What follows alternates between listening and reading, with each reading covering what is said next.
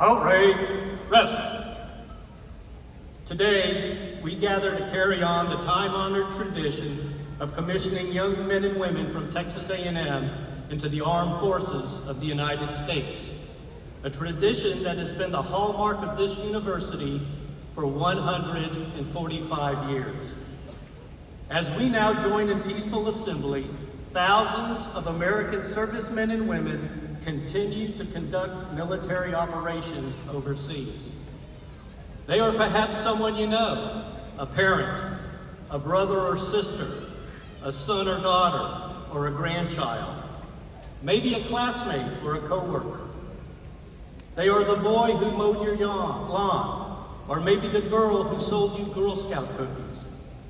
And so, as we look forward to celebrating this graduation with family and friends, let us remember these men and women in our thoughts and prayers.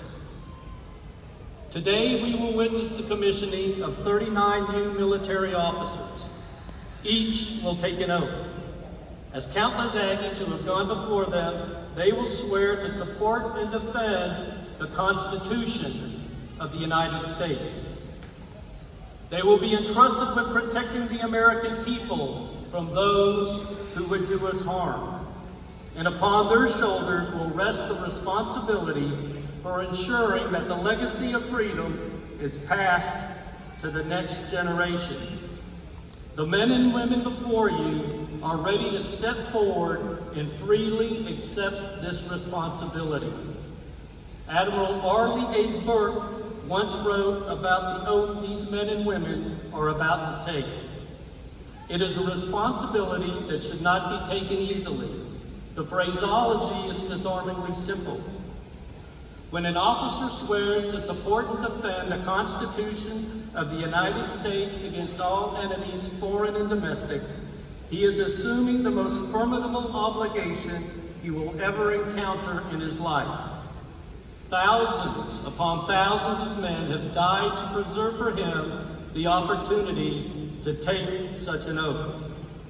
What he is actually doing is pledging his means, his talent, his very life to his country.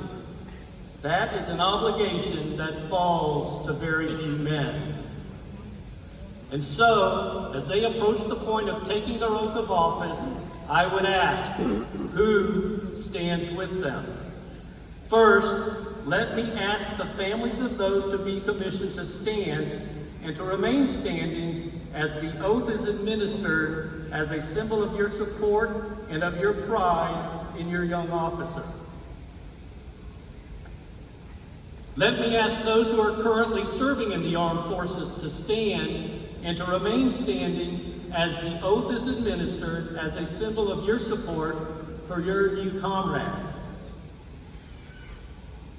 Let me now ask all those veterans present to stand and to remain standing as a symbol of your confidence in a new generation of American officers.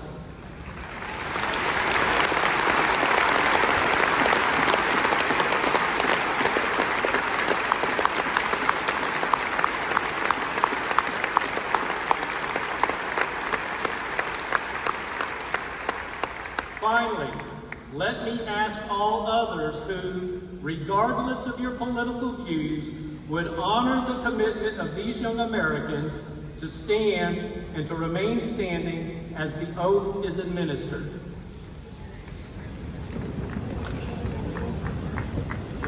Now, for those to be commissioned, please come to attention.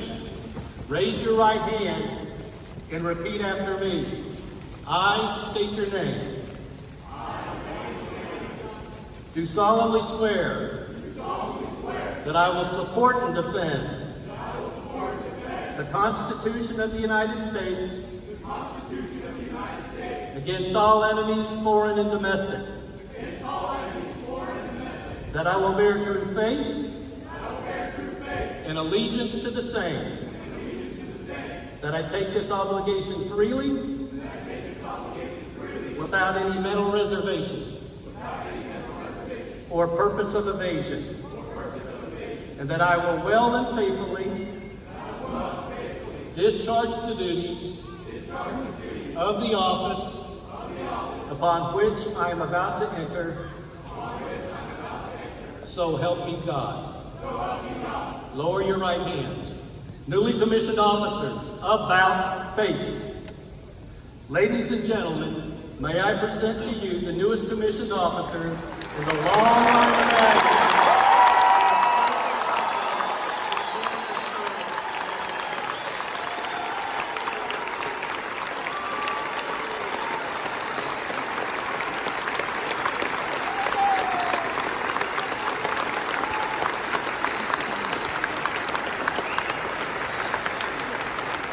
Ladies and gentlemen, please be seated.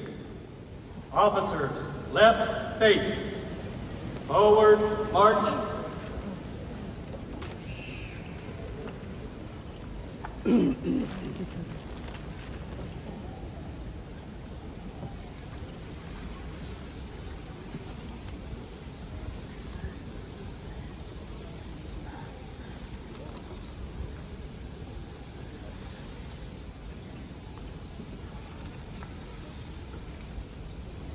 Second Lieutenant Ashwin Aki, United States Army.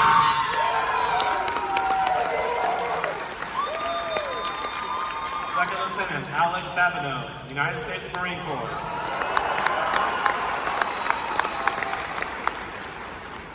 Second Lieutenant John Beadle, United States Army.